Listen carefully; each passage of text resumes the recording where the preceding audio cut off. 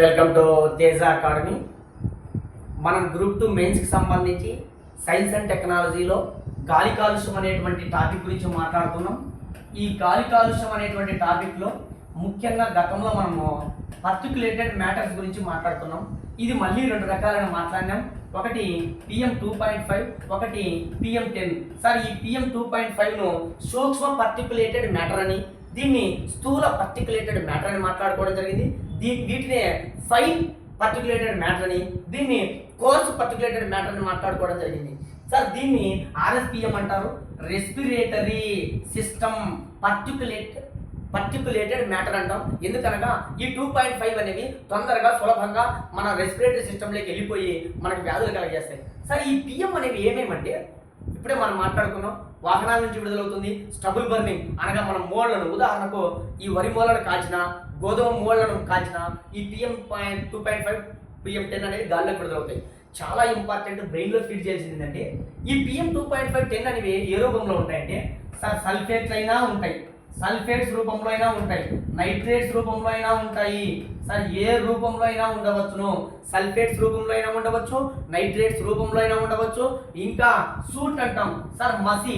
ఈ మసి అంటే సూట్ అంటాం, మసి. బ్లాక్ కార్బన్ అంటాం చూడు, బ్లాక్ గా వస్తుంది చూడే, ఆ రూపంలో అయినా ఉండవచ్చు, ఏ రూపంలో అయినా ఉండవచ్చును. ఇది ఈ PM 2.5, 10. సార్, మనకి రేపు ఎగ్జామ్ హాల్లో ఇది కాదు అడిగేది, అసలు ఎంత పరిమాణంలో ఉన్నాయి ఇది బిట్టు. సార్, బాగా బ్రెయిన్లో ఫిట్ చేయండి. నేను ఒక పట్టిక వేస్తా, ఈ పట్టిక మీద ప్రశ్న లేకుండా ఉండదు. గతంలో జరిగినటువంటి ఎగ్జామ్లో అడగలేదు. ఇది బాగా బ్రెయిన్లో ఫిట్ చేయాలా, చాలా చాలా ఇంపార్టెంట్. కన్ఫ్యూజ్ అయ్యేటువంటిది ఎక్కువ ఉంది. నేను ఫస్ట్ వరల్డ్ హెల్త్ ఆర్గనైజేషన్ వాళ్ళు, అసలు వరల్డ్ హెల్త్ ఆర్గనైజేషన్ జెనీవా కేంద్రంగా ఉన్నటువంటి UNO అనుబంధ సంస్థ వరల్డ్ హెల్త్ ఆర్గనైజేషన్. సార్, ఈ వరల్డ్ హెల్త్ ఆర్గనైజేషన్ వాళ్ళు PM 2.5 ఎంత ఉండాలా, PM 10 ఎంత ఉండాలని గుర్తుపెట్టుకున్నాం. దాని తర్వాత మన సెంట్రల్ పొల్యూషన్ కంట్రోల్ బాడీ వాళ్ళది కూడా చూద్దాం. సార్, ఇక్కడ ఒకసారి చూద్దాం, ఇక్కడ చూద్దాం జాగ్రత్తగా. First WHO world health organization వాళ్ళది ఎంత ఉండాలో గుర్తుపెట్టుకున్నాం. దీని మీదనే ఖచ్చితంగా ఎగ్జామ్ హాల్లో అడుగుతాడు, బాగా జాగ్రత్తగా గుర్తుపెట్టుకున్నాం. సార్, ఇక్కడ దీన్ని రెండు రకాలుగా మాట్లాడతా నేను. వార్షికంగా ఎంత ఉండాలా, దాంతో పాటుగా 24 గంటల్లో ఎంత ఉండాలా. సార్, వార్షికంగా ఎంత ఉండాలా, 24 గంటల్లో ఎంత ఉండాలా. ఇది 2.5కి సంబంధించింది, 2.5కి సంబంధించింది. ఇది PM 2.5, ఇది PM 10. నేను వేస్తున్న పట్టిక ఈ విధంగా వేసుకోండి సార్. ఈ విధంగా వేసుకుంటేనే మీరు రేపు ఎగ్జామ్ హాల్లో కన్ఫ్యూజ్ పడరు. మళ్ళీ చెప్తున్నా, PM 2.5 సార్ వార్షికంగా ఎంత ఉండాలి, WHO ప్రకారం వార్షికంగా ఎంత ఉండాలి, 24 గంటలు ఎంత ఉండాలా. ఇది అంటే ఇది కూడా మళ్ళీ రెండు రకాలు ఉంది సార్. ఇది 2005లో ప్రకారం, కానీ రీసెంట్గా 2021లో మళ్ళీ మార్చింది. ఆ 2021లో కూడా ఇదే విధంగా వేసుకోండి. చూడండి సార్, ప్రతిదీ ఇంపార్టెంటే, జాగ్రత్తగా గుర్తుపెట్టుకోండి. సార్, ఇక్కడ 2021లో ఏ విధంగా మార్పులు చెందింది, సార్ 2005లో ఏ విధమైన మార్పులు ఉన్నాయి, జాగ్రత్తగా ట్రేస్ అవుట్ చేద్దాం. ఇక్కడ కూడా సేమ్ మనము వార్షికంగా రాద్దాము, ఇక్కడ కూడా 24 గంటల సగటు రాద్దాము. ఇక్కడ చూడండి, ఈ పట్టిక లేకోకుండా ఎగ్జామ్ హాల్లో ఉండదు. సార్, మీరు ఈ విధంగా వేసుకుంటేనే పట్టిక రేపు ఎగ్జామ్ హాల్లో కన్ఫ్యూజ్ ఉండదు. ఒకసారి చూడండి, వరల్డ్ హెల్త్ ఆర్గనైజేషన్ వాళ్ళు PM 2.5 ఎంత ఉండాలా, PM 10 ఎంత ఉండాలని చెప్పి ఒక మెజర్మెంట్ ఇచ్చారు. అది వార్షికంగా ఎంత ఉండాలా, 24 గంటల సగటు ఎంత ఉండాలా. ఇది 2005 ప్రకారం అడుగుతాడు. 2021లో కూడా దీనికి 2005 నుంచి 2021 మార్పులు చేయడం జరిగింది. రేపు మనకి ఎగ్జామ్ హాల్లో ఈ టాబ్యులేషన్ చాలా ఇంపార్టెంట్, బాగా బ్రెయిన్లో ఫిట్ చేయాలి. సార్, ఒకసారి చూద్దాం, మరి వార్షికంగా PM 2.5 ఎంత ఉండాలా, 24 గంటల ప్రకారం అయితే PM 2.5 ఎంత ఉండాలా. సార్, ఫస్ట్ 24 గంటలు రాస్తున్నా.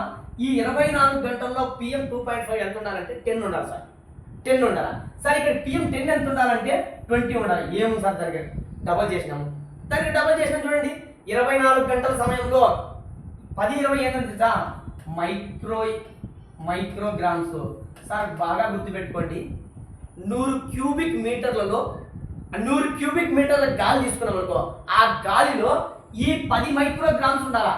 10 మైక్రోగ్రామ్స్ ఎంత ఉండాలి 24 గంటల సాగర్లో, ఏది PM 2.5. అదే PM 10 అయితే దాన్ని డబుల్ చేయండి, PM 10 అంటే 20 అయింది. సార్ బ్రెయిన్లో ఫీడ్ చేయండి, బట్టి పట్టద్దండి, కన్ఫ్యూజ్ పడతారు. మళ్ళీ చెప్తున్నా, ఇదేమో 10 ఇదేమో 20, దాన్ని బట్టి పట్టారంటే రాదు మనకు, చాలా సులభంగా గుర్తుపెట్టుకోవాలా. ఇక్కడ చూడండి సార్, ఒకవేళ వార్షికంగా అయితే, సార్ ఇక్కడ చూడండి, ఒకవేళ వార్షికంగా అయితే అంటే సంవత్సరానికి తీసుకున్నాం అనుకో, PM 2.5 సార్ 25, సార్ ఇక్కడ చూడండి 25, 2.5 25 చదువుకోండి, దాన్ని డబల్ చేయండి, PM 10 ఏమవుతుందంటే 50 అవుతుంది. దీన్ని బట్టి PM 2.5 తక్కువగా ఉండాలి.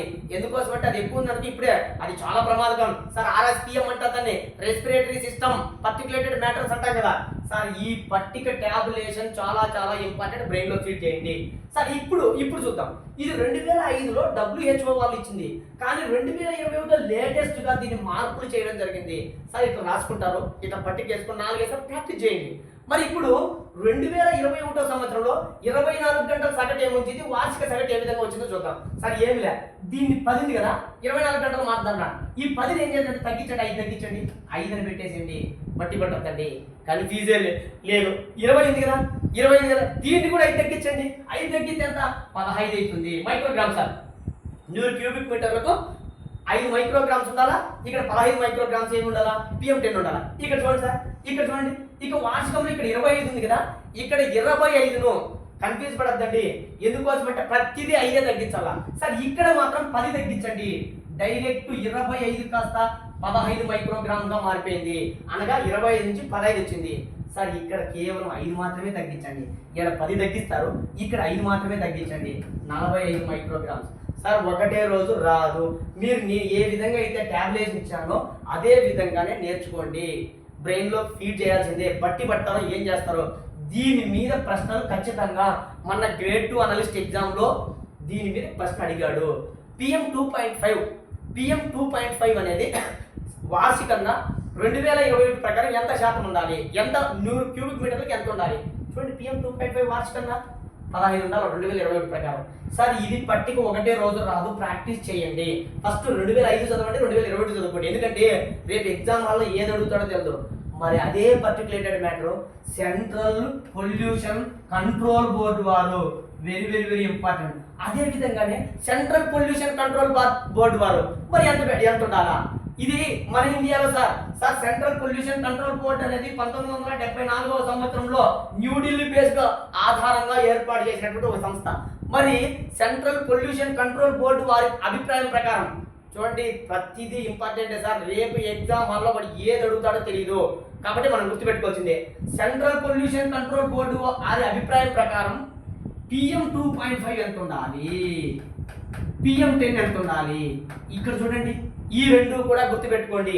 PM 2.5 40 మైక్రోగ్రామ్స్ ఉండాలి సార్. ఎక్కడ PM 2.5, అదే PM 10 ఎంత ఉండాలి, 60 మైక్రోగ్రామ్స్ ఉండాలా.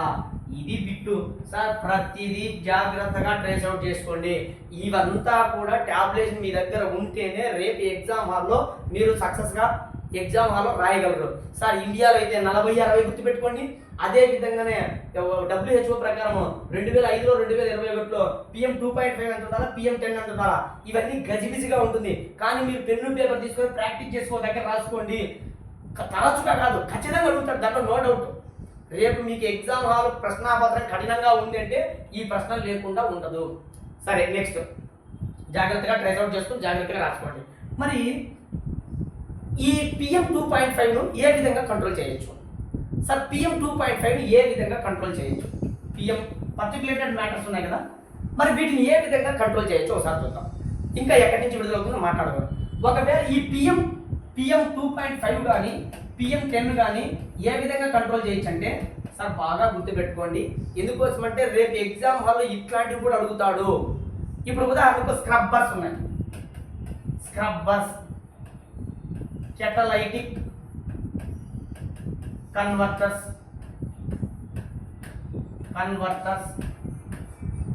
electrostatic precipitators. ఏం లేదు సార్, ఈ మూడు ఇట్లా ఇచ్చేస్తాడు, జతపరచండి అంటాడు. మన ఎగ్జామ్ వాళ్ళు మొత్తం అన్ని కూడా ఘనవ్యర్థ పదార్థాల నిర్వహణ మీద ప్రశ్నలు అడిగాడు. రేపు మిమ్మల్ని బేసిక్ నాలెడ్జ్, ఇవి బేసిక్ క్వశ్చన్ సార్. స్క్రబ్బర్స్ అంటే ఏంటివి, కెటలైటిక్ కన్వర్టర్స్ అంటే ఏంటివి, ఎలక్ట్రోస్టాటిక్ ప్రెసిపిటేటర్స్ అంటే ఇవి ప్రశ్న. ఎంత ఈజీనో కానీ బేసిక్ నాలెడ్జ్ తెలిసి ఉండాలి సార్. స్క్రబ్బర్స్ అంటే ఏంటంటే వాతావరణంలో ఉన్నటువంటి సల్ఫర్ డయాక్సైడ్ లాంటి ఆమ్లయుత వాయువులను క్లీన్ చేయడానికి ఉపయోగించే పరికరాలే స్క్రబ్బర్స్. ఎంత ఈజీ సార్. మళ్ళీ ఒకసారి చెప్తాను, జాగ్రత్తగా వినండి. రేపు ఎగ్జామ్ వల్ల ఇట్లా అడుగుతాడు, సల్ఫర్ డయాక్సైడ్ లాంటి ఆమ్లయుత వాయువులను, సార్ సల్ఫర్ డయాక్సైడ్ సల్ఫ్యూరిక్ ఆమ్లంగా మారుతుంది కదా, ఈ విధంగా ఆమ్లయుత వాయువులను క్లీన్ చేయడానికి, ఆమ్లయుత వాయువులను శుభ్రం చేయడానికి ఉపయోగించే పరికరాలని స్క్రబ్బర్స్ అంటాము. బ్రెయిన్ లో ఫీడ్ చేయండి, 100కు 100% రేపు ఎగ్జామ్ హాల్ అడుగుతాడు. మళ్ళీ చెప్తున్నా, బేసిక్ నాలెడ్జ్ ఈ ప్రశ్న లేకుండా ఉండదు. స్క్రబ్బర్స్ ఇక్కడ చూడండి, కెటలైటిక్ కన్వర్టర్స్. కెటలైటిక్ కన్వర్టర్స్ అంటే ఏమో లేదు సార్, మనం బండ్లు వాడుతున్నాం కదా, సైలెన్సర్ వాడుతున్నాం కదా, ఆ సైలెన్సర్ల దగ్గర ఒక పరికరాన్ని పెట్టి సార్ కెటలైటిక్ కన్వర్టర్స్ ముఖ్యంగా కెటలైటిక్ కన్వర్టర్స్ అంటే ముఖ్యంగా సల్ఫర్ డయాక్సైడ్ కదా. ఈ కెటలైటిక్ కన్వర్టర్స్ ముఖ్యంగా బండ్లు, బైకులు కానీ కార్లు కానీ వాటి నుంచి విడుదలయ్యేటువంటి పొగ గొట్టాల దగ్గర ఈ కెటలైటిక్ కన్వర్టర్స్ పెట్టి ఇవేం చేస్తాయంటే హాని చేసేటువంటి వాయువులను హాని చేయని వాయువులుగా మార్చేసి బయటికి పంపిస్తాయి. వాటినే కెటలైటిక్ కన్వర్టర్స్ అంటాం. మళ్ళీ ఒకసారి చెప్తాను సార్, హాని చేసే వాయువులను హాని చేయని వాయువులుగా బయటికి పంపించే వాటిని కెటలైటిక్ కన్వర్టర్స్ అంటాం. ఇవి ముఖ్యంగా ఆటోమొబైల్స్ నుంచి విడుదలయ్యేటువంటి వాయువులను శుభ్రం చేయడానికి ఉపయోగిస్తారు. ఇక్కడ చూడండి, స్క్రబ్బర్స్ సల్ఫర్ డయాక్సైడ్ వాయువులు లాంటి ఆమ్లయుత వాయువులను. సార్ బేసిక్ నాలెడ్జ్ మర్చిపోద్దండి. కెటలైటిక్ కన్వర్టర్స్ అంటే వాహనాల పొగగొట్టం నుంచి విడుదలయ్యేటువంటి విషపూరిత వాయువులను విషరహితంగా మార్చి గాలిలోకి విడుదల చేసే పరికరాలను కెటలైటిక్ కన్వర్టర్స్ అంటారు. సార్ స్క్రబ్బర్స్ అంటే సల్ఫర్ డయాక్సైడ్ లాంటి ఆమ్లయుత వాయువులను శుభ్రం చేయడానికి ఉపయోగిస్తారని గుర్తుపెట్టుకోండి. 1కి 2 సార్లు జాగ్రత్తగా గుర్తుపెట్టుకోండి.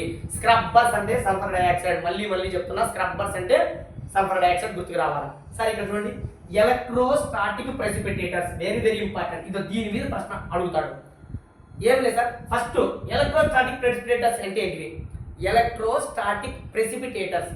సార్ ఈ ఎలక్ట్రోస్టాటిక్ ప్రెసిపిటేటర్స్ అంటే ఏంటంటే ఇట్లా పలకలు ఉంటాయి సార్, ఇట్లా పలకలు ఉంటాయి. ఈ పలకల్లో ఇట్లా రకరకాల పలకలు ఉంటాయి. ఎలక్ట్రోస్టాటిక్ ప్రెసిపిటేటర్స్ అంటారు. దీన్ని స్థిర విద్యుత్ అవక్షేపక పరికరం అని కూడా అంటారు. ఇంగ్లీష్ లో గుర్తుపెట్టుకోండి, ఎలక్ట్రోస్టాటిక్ ప్రెసిపిటేటర్. ఈ పలకల మీద దగ్గర ఏవైనా PM 2.5 కానీ PM 10 కానీ రిలీజ్ అయ్యాయనుకో, ఈ పలకల దగ్గరే ఏం చేస్తాయంటే ఇక్కడే పట్టుకొని ఇక్కడే కిందికేసేస్తాయి. ఒకవేళ ఇక్కడ మిస్ అయితే ఇక్కడ కూడా ఇక్కడ పట్టుకొని ఇక్కడ మిస్ అయ్యాయి. ఒకవేళ ఇక్కడ ఏమైనా మిస్ అయితే ఇక్కడికి వచ్చేస్తాయి. దాదాపుగా 99% PM 2.5 కానీ 10 కానీ శుభ్రం చేస్తుంది. అసలు గాలిలోకి రిలీజ్ కాదు సార్, ఇక్కడే పడేటప్పుడు చేస్తాయి ఎలక్ట్రోస్టాటిక్ ప్రెసిపిటేటర్స్.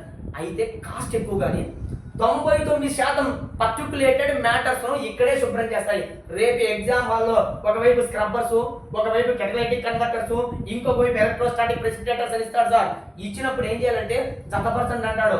స్క్రబ్బర్స్ అనగా ఆమ్లయుత వాయువులను శుభ్రం చేసేదానికి, కెటలైటిక్ కన్వర్టర్స్ అనగా వాహనాల పొగ నుంచి విడుదలయ్యేటువంటి విషపూరిత వాయువులను విషరహితంగా మార్చడం. సార్ ఎలక్ట్రోస్టాటిక్ ప్రెసిపిటేటర్స్ అనేవి ముఖ్యంగా PM 2.5 PM 10 శుభ్రం చేయడానికి ఉపయోగిస్తారని గుర్తుపెట్టుకోండి. సార్ చాలా ఇంపార్టెంట్, ఎలక్ట్రోస్టాటిక్ ప్రెసిపిటేటర్స్ను ప్రపంచంలో మొట్టమొదటిసారిగా ఎవరు తయారు చేశారంటే సార్ మొట్టమొదటిసారిగా హోలీఫీల్డ్ అనేటువంటి వ్యక్తి తయారు చేశాడు. హోలీఫీల్డ్ అనేవాడు తయారు చేశాడు. అయితే వీటిని వాణిజ్య స్థాయిలో ఉపయోగించింది మాత్రం వేరే వాళ్ళు ఉన్నారు. అతని పేరు ఫ్రెడరిక్ గార్డినర్. సార్ ప్రతిదీ చెప్తున్నా, ప్రతిదీ నోటిఫైడ్ చేసుకోండి. ఎగ్జామ్ హాల్లో మీరు కనీసం ఐడెంటిఫై చేస్తారు. హోలీఫీల్డ్ అనే వాళ్ళు తయారు చేస్తే ఈ ఫ్రెడరిక్ గార్డినర్ కానీ కార్టెల్ కానీ వీళ్ళిద్దరూ ఈ ఎలక్ట్రోస్టాటిక్ ప్రెసిపిటేటర్ని ఏం చేశారంటే వాణిజ్య స్థాయిలో ఉత్పత్తి చేయడం ప్రారంభించడం జరిగింది. మిమ్మల్ని రేపు ఎగ్జామ్ హాల్లో ఇవే అడుగుతాడు. మళ్ళీ చెప్తున్నా, స్క్రబ్బర్స్ ఎందుకు ఉపయోగిస్తారు, కెటలైటిక్ కన్వర్టర్స్ ఎందుకు ఉపయోగిస్తారు, ఎలక్ట్రోస్టాటిక్ ప్రెసిపిటేటర్స్ ఎందుకు ఉపయోగిస్తారు, సార్ ఈ PM 2.5 పరిమాణం ఎంత ఉండాలా WHO ప్రకారము, దాంతోపాటుగా మన సెంట్రల్ పొల్యూషన్ కంట్రోల్ బోర్డు వారు ఎంత ఉండాలా, అంతుంటే ఇబ్బంది లేదు సార్. అంతకు మించితే మాత్రం పొల్యూషన్ అయ్యేట్టు లెక్క. ఇప్పుడే మాట్లాడినాం కదా, 10, 20, 25, 50, ఆ 10 కాస్త 5గా మారింది సార్, ఆ 20 కాస్త 15గా మారింది, ఆ 50 కాస్త ఈ 25 కాస్త 15గా మారింది, 50 కాస్త 45గా మారింది 2021 ప్రకారం. అదే సెంట్రల్ పొల్యూషన్ కంట్రోల్ బోర్డు ప్రకారము PM 2.5 40 ఉండాలా, PM 10 అనేది 60 ఉండాలా. అంతవరకు ఉంటే ఇబ్బంది లేదు సార్. అంతకు మించితే మాత్రం ఇబ్బందికరమైన పరిస్థితి ఏర్పడి PM 2.5లో PM పర్టికులేటెడ్ మ్యాటర్ వల్ల అనేక రకాల రోగాలు వస్తాయి. Very very important. సరే, మరి గాలి కాలుష్యం వల్ల వచ్చేటువంటి వ్యాధులు సార్, ఈ వ్యాధుల మీద కూడా చాలా చాలా ఇంపార్టెంట్. డిసీజెస్ వస్తాయి పొల్యూషన్ వల్ల. మీకు ఎగ్జామ్ హాల్లో నేను ఒక 4 వ్యాధులు చెప్తా, అది బ్రెయిన్లో ఫీడ్ చేయాల సార్. ఎన్విరాన్మెంటల్ సైన్స్లో not only group 2, grade 2 analyst ఎగ్జామ్లకు కానీ, లేదా జనరల్ స్టడీస్ ఎగ్జామ్ కానీ, సివిల్ సర్వీస్కి కానీ, లేదా other competition exams, any exam దీని మీద ట్యాబ్లేషన్ లేకుండా, ప్రశ్న లేకుండా ఉండదు. Very very important. నేను ఒక్కొక్క దాని గురించి నీట్గా జాగ్రత్తగా చెప్తా. ఒక దాని పేరు ఏం పేరంటే byssinosis, very very very important. రెండవ దాని పేరు సిలికోసిస్, మూడవ పేరు సిడరోసిస్. జాగ్రత్తగా ట్రేస్ అవుట్ చేద్దాం సార్, ఎందుకంటే చాలా చాలా ఇంపార్టెంట్. నాలుగవ దాని పేరు న్యూమోకోనియాసిస్,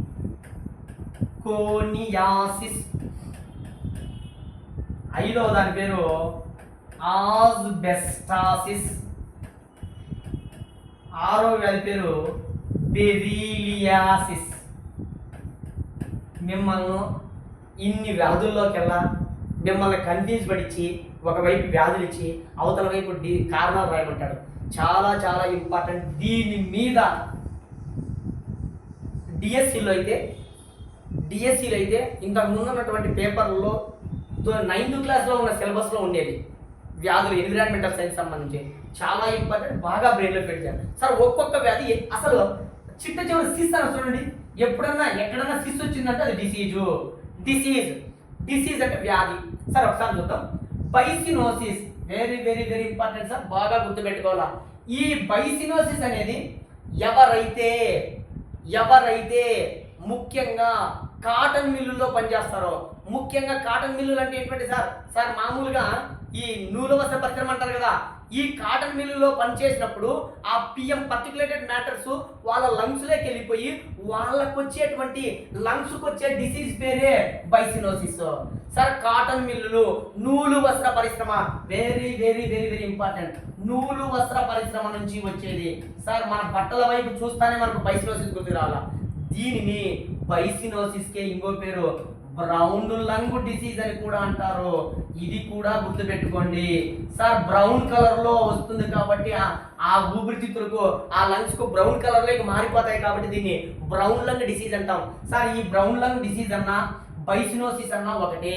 బైసినోసిస్ కి ఇంకో పేరు ఏం పేరంటే brown lung disease. Very very very important. ఈ బ్రౌన్ లంగ్ డిసీజ్ లేదా బైసినోసిస్ ఎవరికి వస్తుందంటే ఎవరైతే కాటన్ మిల్లుల్లో పనిచేస్తారో, ఎవరైతే నూలు వస్త్ర పరిశ్రమల్లో ఎక్కువగా పనిచేస్తారో, కాటన్ మిల్లుల నుంచి, దూది పరిశ్రమ నుంచి వచ్చేటువంటి పర్టికులేటెడ్ మ్యాటర్స్ అన్ని కూడా మన లంగ్స్ లోకి వెళ్ళిపోయి PM 2.5 కాబట్టి 10 కావచ్చు వెళ్ళిపోయి మనకు వచ్చే వ్యాధి పేరే బైసినోసిస్ లేదా brown lung diseases. Very very very important. బాగా బ్రెయిన్లో ఫిట్ చేయండి, ఖచ్చితంగా అడుగుతాడు సార్. రెండో చూడండి, సిలికోసిస్. పెద్దగా ఇంపార్టెంట్ కాదు. సిలికా అంటే ఎప్పుడన్నా ఇండికేట్ చేసేది రాయి సార్. రాళ్ళ నుంచి మనం రాళ్ళు కొట్టేటప్పుడు చిన్న చిన్న దుమ్ము ధూళి సూట్లు వేస్తా చూడండి. ఆ దుమ్ము ధూళి మన లంగ్స్లోకి వెళ్ళిపోయింది అనుకో, మనకు వచ్చే వ్యాధి పేరు ఏంటంటే సిలికోసిస్ సార్. సిలికా అనేది గ్లాసు పరిశ్రమల నుంచి కూడా వస్తుంది సార్. సిలికోసిస్ అంటే ఏమిలా, గ్లాసు పరిశ్రమ, గాజు ఉన్నాయి కదా, ఆ గాజు పరిశ్రమలో కానీ రాతి పరిశ్రమల్లో పనిచేసే వాళ్ళ నుంచి వచ్చేటువంటి చిన్న పర్టికులర్ మ్యాటర్ వల్ల లంగ్స్లోకి వెళ్ళిపోతే వాళ్ళకి వచ్చే వ్యాధి పేరు ఏంటంటే సిలికోసిస్. 1కి 2 సార్లు జాగ్రత్తగా వినండి, జాగ్రత్తగా చదువుకోండి, జాగ్రత్తగా రాసుకోండి. రాసుకుంటేనే ఎగ్జామ్ హాల్లో రేపు ఈ వైపు వ్యాధులు ఇచ్చి అవతల వైపు కారణాలు అడుగుతాడు కాబట్టి జాగ్రత్తగా రాసుకోండి. సిలికోసిస్ ఇదిగో ఇది మనకు ఇంపార్టెంట్. ఎందుకోసం అంటే ఇది 90% ఎవరైనా గుర్తుపడతారు. సిలికా అంటే రాయి కాబట్టి. సిడరోసిస్ అంటే ఐరన్ ఇండస్ట్రీస్ లో ఎవరైతే పనిచేస్తారో సార్, ఐరన్ పైపులు గుర్తుకొస్తానే సార్. ఐరన్ ఇండస్ట్రీస్ లో పనిచేస్తారు కదా, ఆ పని చేసినప్పుడు ఐరన్ ఇండస్ట్రీస్ నుంచి చిన్న పర్టికులేటెడ్ మ్యాటర్స్ వస్తుంటాయి. ఆ PM గాల్లో ఉన్న PM పిలిచినప్పుడు ఐరన్ ఇండస్ట్రీస్లో ఎవరైతే పనిచేస్తున్నారో వాళ్ళకి వచ్చేటువంటి జబ్బు పేరు ఏం పేరంటే siderosis. Very very important. Siderosis. Silicosis అనగా గాజు పరిశ్రమలో, రాళ్ల పరిశ్రమలో పనిచేసే వాళ్ళు. Sir brown lung disease, byssinosis అంటే నూలు వస్త్ర పరిశ్రమ, కాటన్ పరిశ్రమల్లో. ఇక్కడ చూడండి సిడరోసిస్ అనగా ఐరన్ ఇండస్ట్రీస్ లో పనిచేసే వాళ్ళకి వచ్చే వ్యాధి పేరు ఏం పేరంటే సిడరోసిస్. 1-2 సార్లు జాగ్రత్తగా ట్రేస్ అవుట్ చేయండి. సిడరోసిస్. సార్ ఇక్కడ చూడండి న్యూమోకోనియాసిస్. ఎప్పుడైనా గుర్తుపెట్టుకోండి, బొగ్గు పరిశ్రమల్లో పనిచేసేవాళ్ళు బొగ్గును ఉత్పత్తి చేస్తాంటారు కదా, అంటే లైక్ సింగరేణి, కాలనీ, సీత. ఈ బొగ్గు పరిశ్రమల్లో పనిచేసినప్పుడు వాటి నుంచి వచ్చే పిఎంలు కానీ, వాటి నుంచి వచ్చే పర్టికులేటెడ్ మ్యాటర్స్ 2.5 కావచ్చు, 2.10 కావచ్చు, 2.5 కావచ్చు, PM10 కావచ్చు, వాటి నుంచి రిలీజ్ అయ్యేటువంటి వాటి వల్ల వాళ్ళకు వచ్చే జబ్బుని ఏమంటామంటే న్యూమోకోనియాసిస్. ఈ న్యూమోకోనియాసిస్ కి ఇంకో పేరు ఏం పేరంటే black lung diseases. Black lung diseases. Sir ఇవన్నీ కూడా లంగ్స్కి వస్తున్నాయి చూడండి. బైసినోసిస్ లంగ్స్కి వచ్చే వ్యాధి, సిలికోసిస్ లంగ్స్కి వచ్చే వ్యాధి, సిడరోసిస్ ఐరన్ ఇండస్ట్రీలో పనిచేసేది, బ్లాక్ లంగ్ డిసీజ్ ఆర్ న్యూమోకోనియాసిస్. ముఖ్యంగా చాలా చాలా ఇంపార్టెంట్, బాగా గుర్తుపెట్టుకోండి. ముఖ్యంగా థర్మల్ విద్యుత్ కేంద్రాలు కానీ, బొగ్గును ఉత్పత్తి చేసేటువంటి కేంద్రాల్లో కానీ పనిచేసే వాళ్ళకు వచ్చే వ్యాధి పేరే బ్లాక్ లంగ్ డిసీజెస్. 1-2 సార్లు జాగ్రత్తగా ట్రేస్ అవుట్ చేసుకోండి సార్. దాంతో పాటుగా ఆస్బెస్టాసిస్. ఆస్బెస్టాసిస్ అనే పరిశ్రమ ఉంటుంది, మామూలుగా షీట్స్ ఉంటాయి కదా. ఈ ఆస్బెస్టాసిస్ పరిశ్రమలో పనిచేసే వాళ్ళకు వచ్చే వ్యాధి పేరే ఆస్బెస్టాసిస్. సార్ అట్లా అడగడు మిమ్మల్ని. ఆస్బెస్టాసిస్ పరిశ్రమలో పనిచేసే వాళ్ళకి వచ్చే వ్యాధి ఆస్బెస్టాసిస్ అనడు. వైట్ లంగ్ డిసీజ్ అంటే ఏంటి సార్? ఇక్కడ చూడండి white lung disease. Sir white lung disease అని ఎందుకంటాము? ఈ మొత్తం లంగ్స్ అన్నా కూడా వైట్ కలర్ లోకి మారిపోతాయి. ఇక్కడ ఎక్కడైతే బ్లాక్ కలర్, ఎక్కడైతే బ్రౌన్ కలర్ లో మారినాయో, ఇక్కడ ఈ ఆస్బెస్టాసిస్ పరిశ్రమ నుంచి వచ్చేటువంటి పిఎంలు వైట్ కలర్ లోకి మారుతాయి ఆ లంగ్స్. అందుకే దీన్ని వైట్ లంగ్ డిసీజ్. సార్ అవ్వా గుర్తుపెట్టుకోండి. అవ్వా అంటే ఆస్బెస్టాసిస్, వైట్ లంగ్ డిసీజెస్. 1-2 సార్లు జాగ్రత్తగా ట్రేస్ అవుట్ చేసుకోండి, ఖచ్చితంగా అడుగుతాడు. సార్ బెరీలియం పరిశ్రమల్లో పనిచేసే వాళ్ళను వచ్చే వ్యాధి బెరీలియాసిస్. మిమ్మల్ని ఇదేం అడగడు. నేను చెప్పిన ఈ 5 మాత్రం పెన్ను పేపర్ తీసుకొని ప్రాక్టీస్ చేయండి, ఖచ్చితంగా అడుగుతాడు, దాంట్లో నో డౌట్ ఆఫ్ డా. సార్ బైసినోసిస్ అంటే ఏంటి? బైసినోసిస్ అంటే నూలు వస్త్ర పరిశ్రమలో పనిచేసేవాళ్ళు. సిలికోసిస్ రాతి పరిశ్రమల్లోనూ మరియు రాతి పరిశ్రమలో, గాజు పరిశ్రమలో పనిచేసేవాళ్ళు. సిడరోసిస్ ఐరన్ ఇండస్ట్రీస్ లో పనిచేసేవాళ్ళు. సార్ న్యూమోకోనియాసిస్ దీన్ని ముఖ్యంగా బొగ్గు కేంద్రాలను ఉత్పత్తి చేసి పనిచేసేవాళ్ళు. వీటిని బ్లాక్ లంగ్ డిసీజ్ అని కూడా అంటారు. సార్ ఆస్బెస్టాసిస్ దీన్ని వైట్ లంగ్ డిసీజ్ అంటాం. ఆస్బెస్టాసిస్ పరిశ్రమలో పనిచేసే వాళ్ళను వైట్ లంగ్ డిసీజ్ అంటాము, వీళ్ళని ఆస్బెస్టాసిస్ అని కూడా అంటారు. ఇవన్నీ కూడా పర్టికులేటెడ్ మ్యాటర్ వల్ల కలిగేటువంటి వ్యాధులే. ముఖ్యంగా సిస్ అని కనపడిందా డిసీజ్. దేనికి వచ్చే డిసీజు? ముఖ్యంగా మన లంగ్స్కి వచ్చేటువంటి డిసీజ్ అని గుర్తుపెట్టుకోండి. ఇప్పుడు స్టబుల్ బర్నింగ్ చూద్దాం సార్, చాలా చాలా ఇంపార్టెంట్. స్టబుల్ బర్నింగ్ దీన్ని ఏమంటామంటే వ్యవసాయంలో ఉన్న వ్యర్థాలను కాల్చివేత. సార్ వ్యవసాయ వ్యర్థాల కాల్చివేత వెరీ వెరీ ఇంపార్టెంట్. ఒకసారి చూద్దాం. ఇది వ్యవసాయ వ్యర్థాల కాల్చివేత, ఇది కూడా తరచుగా అడుగుతున్నాడు. దీనికి సంబంధించిన కొంచెం బ్రీఫ్ ఇన్ఫర్మేషన్ ఒకసారి చూద్దాం. సార్ వ్యవసాయ వ్యర్థాల కాల్చివేత అంటే ఏమిలా? ముఖ్యంగా పంజాబ్ కానీ, హర్యానాలో కానీ, రాజస్థాన్లో కానీ, పశ్చిమ ఉత్తరప్రదేశ్లో కానీ, ఈ 4 స్టేట్లు ఏం చేస్తారంటే సార్ ఆ 4 స్టేట్లలో పంటలు వేస్తారు. ముఖ్యంగా వరి పంట, గోధుమ పంట వేసిన తర్వాత వరి పంట మనము నూర్పిడి అంటాం కదా. వరి పంట అంటే మామూలుగా వరి నుంచి గింజలు ధాన్యం సపరేట్ చేస్తాం, గోధుమ నుంచి గోధుమ గింజలు సపరేట్ చేస్తాం. ఈ మిగిలిపోయిన గడ్డి ఉంది కదా, వరి గడ్డి అంటాం కదా, మిగిలిపోయిన గోధుమ గడ్డి ఉంది కదా సార్. సౌత్ ఇండియాలో అయితే ఆ గడ్డిని పశువులకు మేతగా ఉపయోగిస్తాం. ఎందుకోసం అంటే సౌత్ ఇండియాలో ఇప్పటికే మెకానిజం ఇంకా రాలా, అనగా సౌత్ ఇండియాలో ఇప్పటికి కూడా మిషన్స్ యొక్క వాడకం తక్కువగా ఉంది. సౌత్ ఇండియాలో పశువుల సంఖ్య ఎక్కువ, మిషన్ల సంఖ్య తక్కువ. కానీ నార్త్ ఇండియాలో పోయినామనుకో, పంజాబ్, హర్యానా, ఉత్తరప్రదేశ్, రాజస్థాన్ ఇట్లా ప్రాంతాల్లో పశువుల యొక్క సంఖ్య తక్కువగా ఉండి మిషన్స్ ఎక్కువ ఉపయోగిస్తారు వాళ్ళు. ఎప్పుడైతే మిషన్స్ ఎక్కువ అయిపోయినాయో పశువుల సంఖ్య తగ్గిపోయింది అనుకో, దాని నుంచి వచ్చేటువంటి వ్యర్థాలన్నీ ఏమైతే అంటే అలాగే ఉండిపోతాయి. మరి దక్షిణ భారతదేశం వాళ్ళకు తీసుకొచ్చుకోవచ్చు కదా సార్ అంటే, ఉత్తర భారతదేశం నుంచి దక్షిణ భారతదేశం తీసుకురావడానికి ట్రాన్స్పోర్ట్ ఖర్చు ఎక్కువ అవుతుంది కదా, కాబట్టి ఎవరు తీసుకోరు. అసలు కొనేవాడే ఉన్నాడు అక్కడ. ప్రతి ఒక్కరికి 100 ఎకరాలు 50 ఎకరాలు ఉంటాయి. మరి ఇట్లాంటి పరిస్థితుల్లో వాళ్ళు ఏం చేస్తున్నారంటే, పంజాబ్ రాష్ట్రం కానీ చాలా ఇంపార్టెంట్ సార్, హర్యానా కానీ సార్, పంజాబ్ కానీ, హర్యానా కానీ, రాజస్థాన్ కానీ, మన ఉత్తరప్రదేశ్ కానీ, ఈ 4 రాష్ట్రాల్లో ఏం చేస్తారంటే పంట అయిపోయిన తర్వాత కాల్చేస్తారు. సార్ ఎందుకు సార్ కాల్చేయాల్సిన పరిస్థితి ఏర్పడిందంటే ఒక చిన్న ఎగ్జాంపుల్ చెప్తానండి. ఈ పంజాబ్ వాళ్ళు, హర్యానా, రాజస్థాన్ వాళ్ళు, యూపీ వాళ్ళు ఒకసారి చూడండి సార్. ఈ 4 రాష్ట్రాల్లో మొదట ఏం చేస్తారంటే ఖరీఫ్ వచ్చింది అనుకో, జూన్ జూలై ఆ ప్రాంతంలో ఏం చేస్తారంటే వరి వేస్తారు సార్. వరి వేస్తారు ఈ 4 రాష్ట్రాలు. వరి వేసేసి అక్టోబర్కి అంతా వీళ్ళు ఏం చేస్తారంటే వరిని నూర్పిడి చేస్తారు, అంటే కోత యంత్రాల ద్వారా కోసేస్తారు. అక్టోబర్ కోసేస్తానే వెంటనే గ్యాప్ లేకోకుండా నవంబర్, ఇవన్నీ కూడా 4 రాష్ట్రాల్లో ఖచ్చితంగా గోధుమను అద్భుతంగా పండించే రాష్ట్రాలు సార్. సార్ గోధుమ పంటకు రబీలో మాత్రమే గోధుమ పంట బాగా పండిస్తారు. రబీలు ఎందుకంటే దానికి పూత రావాలంటే, పుష్పాలు బాగా వికసించాలంటే శీతల ప్రదేశం ఉండాలి. శీతల అంటే రాత్రిపూట సమయం ఎక్కువగా ఉండాలి. రాత్రి సమయం ఎప్పుడు ఎక్కువ ఉంటుంది, శీతాకాలంలో ఉంటుంది. కాబట్టి గోధుమ పంట ఎక్కువగా రబీలోనే వేస్తారు. మరి ఈ మధ్యలో ఈ వరి పంట అక్టోబర్లో అయిపోతానే నవంబర్ స్టార్టింగ్ ఈ మధ్యలో గ్యాప్ జస్ట్ 10 days ఉంటుంది. మరి ఈ 10 daysలో వాళ్ళు ఈ వరి మూలను కోసేసిన తర్వాత వరిగడ్డిని ఏం చేస్తారు చెప్పండి? ఏం చేస్తారంటే వాళ్ళు బర్నింగ్ చేస్తారు. వాళ్ళు ఏం చేస్తారంటే కాల్చేస్తారు. ఈ కాల్చి వేయడం వల్ల ఈ పంజాబ్లో కానీ, హర్యానాలో కానీ, రాజస్థాన్లో కానీ, ఉత్తరప్రదేశ్ రాష్ట్రంలో కానీ ఈ వరి పంటను బాగా కాల్చడం వల్ల అనేక రకాలైన పొల్యూషన్స్ ఎక్కువగా విడుదలవుతున్నాయి సార్. ఇది కూడా గుర్తుపెట్టుకోండి, ఏమేమి పొల్యూషన్స్ విడుదలవుతాయి సార్. ఒక టన్ను వ్యవసాయ వ్యర్థాలను కాల్చితే, చూడండి ఇది కూడా ఈ టాబ్లెట్స్ కూడా ఇంపార్టెంట్ సార్. 1 టన్ను వ్యవసాయ వ్యర్థాలను కాల్చితే ఎంతెంత కేజీలు ఎంతెంత పొల్యూషన్స్ విడుదలవుతాయి సార్. ఇక్కడ చూడండి ఎంత ఇంపార్టెంట్, చూడండి కార్బన్ డైఆక్సైడ్ ఎంత అంటే 1960 కేజీలు విడుదలవుతుందంట. 1 టన్ను వ్యవసాయ వ్యర్థాలు కాల్చేస్తే ఒకవేళ దాన్ని కేజీలకి పరిమాణంలోకి మనం లెక్కిస్తే కార్బన్ డైఆక్సైడ్ 1940 కేజీలు విడుదలవుతాయంట సార్. కార్బన్ మోనాక్సైడ్ ఎంత విడుదలవుతుందంటే 60 కేజీలు. అంటే ఏం లేదు సార్, 60 గుర్తుపెట్టుకోండి. కార్బన్ మోనాక్సైడ్ తమ్ముడు అనుకోండి, కార్బన్ డైఆక్సైడ్ 1960 కేజీలు విడుదలవుతే కార్బన్ మోనాక్సైడ్ అనే వాళ్ళు 60 కేజీలు విడుదలవుతాడు సార్. చాలా ఇంపార్టెంట్, 1కి 2 సార్లు జాగ్రత్తగా గుర్తుపెట్టుకుంటే ఈజీగా సులభంగా గుర్తుపెట్టుకోవచ్చు సార్. సల్ఫర్ డైఆక్సైడ్ అనేటువంటి వాయువు ఉంది కదా, ఇది దాదాపుగా 2 కేజీలు విడుదలవుతుందంట సల్ఫర్ డైఆక్సైడ్ వాయువు సార్. అదే విధంగా నైట్రోజన్ డైఆక్సైడ్ ఉంది కదా, ఇది 3 కేజీలు విడుదలవుతుందంట. మరి ఒకసారి చూడండి, ఇంత విడుదలవుతున్నప్పుడు ఇది చూడండి, ఇది గ్లోబల్ వార్మింగ్ కారణము, ఇది మన వాతావరణంలో ఉండకూడదు. ఈ 2 కూడా ఆమ్ల వర్షాలకు కారణం. మరి ఇట్లాంటి నేపథ్యంలో రేపు ఎగ్జామ్ వాళ్ళు అడుగుతారు సార్, స్టబుల్ బర్నింగ్ జరగడం వల్ల ఏ పొల్యూషన్స్ ఎక్కువగా విడుదలవుతాయి సార్. బ్రెయిన్లో ఫిట్ చేయండి. ఫస్ట్ ఎప్పుడు కూడా దహనం అంటేనే కార్బన్ డైఆక్సైడ్, తర్వాత కార్బన్ మోనాక్సైడ్ గుర్తుపెట్టుకోండి, తర్వాత సల్ఫర్ డైఆక్సైడ్, తర్వాత నైట్రోజన్ డైఆక్సైడ్ తక్కువ పరిమాణంలో విడుదలవుతాయి.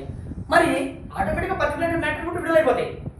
మరి ఈ వ్యవసాయ వ్యర్థాల్లో ముఖ్యంగా వరి మూలలు అంటే వరి వ్యర్థం అంటే ఏం లేదు సార్, వరిగడ్డి అంటాం కదా. వరిగడ్డిని ఏ రాష్ట్రం ఎక్కువగా స్టబుల్ బర్నింగ్ చేస్తుంది? వరిని అనగానే గుర్తుపెట్టుకోండి, first Punjab followed by Haryana, రెండవది ఏంటంటే హర్యానా సార్. వరి వ్యర్థము అనగా వరిగడ్డిని ఎక్కువగా కాల్చేది ఏంటంటే పంజాబ్ రాష్ట్రము, 2వ ప్లేస్లో హర్యానా ఉంది సార్. తర్వాత గోధుమ గడ్డి సార్, గోధుమ వ్యర్థం అంటాం కదా, గోధుమ గడ్డిని ఎక్కువగా కాలుస్తున్న రాష్ట్రం ఏంటంటే యూపీ. ఇది కూడా గుర్తుపెట్టుకోండి. అయితే సుప్రీంకోర్టు కానీ ఈ విషయంలో చాలా సీరియస్ అయింది. ముఖ్యంగా ఈ వ్యవసాయ వ్యర్థాలను కాల్చొద్దండి, కాల్చడం వల్ల పొల్యూషన్ ఎక్కువైతుందంటే దీనికి సంబంధించి ఆ వ్యవసాయ వ్యర్థాలను మిషన్ల ద్వారా దాన్ని దహనం చెందించే ప్రక్రియకు ప్రభుత్వాలు 100 కోట్లు కేటాయించడం జరిగింది. అది మనకేమవుతూ ఈ ట్యాబ్లేషన్ నేను ఏం చెప్పాను అది గుర్తుపెట్టుకోండి. స్టబుల్ బర్నింగ్ ఏ రాష్ట్రాల్లో ఎక్కువగా చేస్తారు, స్టబుల్ బర్నింగ్ వల్ల ఢిల్లీ ఏ విధంగా పొల్యూషన్ కారణం ఏంటంటే నెక్స్ట్ వీడియోలో మాట్లాడుకున్నాం. స్టబుల్ బర్నింగ్ వల్ల విడుదలైన అత్యధిక పొల్యూటెంట్ ఏంటంటే కార్బన్ డైఆక్సైడ్ గుర్తుపెట్టుకోండి. 2వ ప్లేస్లో కార్బన్ మోనాక్సైడ్, తక్కువ పరిమాణంలో సల్ఫర్ డైఆక్సైడ్ విడుదలవుతుంది, నైట్రోజన్ డైఆక్సైడ్ విడుదలవుతుంది. ఎక్కువగా వరిని ఎక్కువగా ఎక్కడ కలుస్తున్నారంటే పంజాబ్ ఫాలోడ్ బై హర్యానా. గోధుమలు ఎక్కువగా ఎక్కడ కలుస్తున్నారంటే గోధుమ గడ్డి ఎక్కువగా ఉత్తరప్రదేశ్ గుర్తుపెట్టుకోండి. నేను ఈరోజు చెప్పిన వ్యాధులు సిలికోసిస్ కానీ, బైసినోసిస్ కానీ, సిరరోసిస్ కానీ, ఆస్బెస్టాసిస్ కానీ ప్రతిదీ ఇంపార్టెంట్. బాగా జాగ్రత్తగా పెన్ను పేపర్ తీసుకొని ప్రాక్టీస్ చేయండి. చాలా important tabulation. Photo chemical smog కూడా వెరీ ఇంపార్టెంట్, పాన్ కూడా very important. Okay, thank you.